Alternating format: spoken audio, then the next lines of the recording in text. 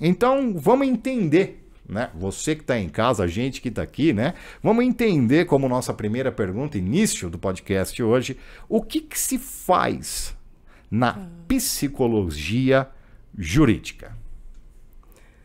Nossa, Júnior, é a primeira e principal questão, né? A gente pode entender a psicologia jurídica como uma área de intersecção entre a psicologia e o direito.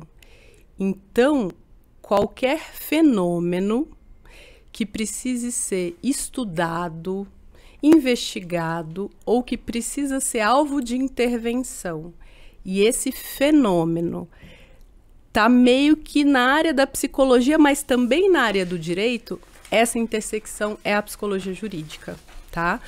Por exemplo, o tema da violência, né? Quando a gente fala de violência, é um tema que está nessa área de intersecção, né? A gente está falando de crime aqui hoje, né? Então, a violência é um fenômeno que está nessa área de intersecção entre a psicologia, porque a gente se pergunta por que a pessoa é violenta, né? O que leva uma pessoa a ser violenta, a ser agressiva, a ser desrespeitosa?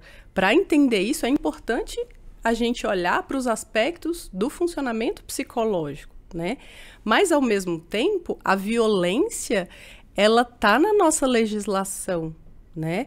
Ela é um fenômeno que é abordado pelo direito também, né? Então, qualquer coisa que esteja nesse meio do caminho entre a psicologia e o direito é a psicologia jurídica. Então, a gente pode fazer muita coisa, mas muita coisa na psicologia jurídica. Por exemplo, você citou que eu trabalhei no fórum, né? Então, lá, e as minhas colegas, eu e as minhas colegas psicólogas judiciárias, né? A gente fazia avaliações em processos de guarda, por exemplo, né? O casal está se separando, né? Tem crianças nesse meio aí, né? Com quem as crianças vão ficar? É ideal a guarda compartilhada? É ideal uma guarda unilateral com um ou com outro, né? Quem vai decidir é o juiz. Ou seja, o juiz é um profissional do direito. Mas, para o juiz entender o que vai ser melhor para um ser humano em desenvolvimento, que é a criança, ele precisa de um olhar técnico da psicologia. Porque a psicologia estuda desenvolvimento infantil, né? Estuda como o ser humano aprende, se desenvolve, quais as fases do desenvolvimento, né? Quais os fatores de risco, quais os fatores de proteção para esse desenvolvimento, né? Então, lá no fórum, o que as profissionais da psicologia fazem?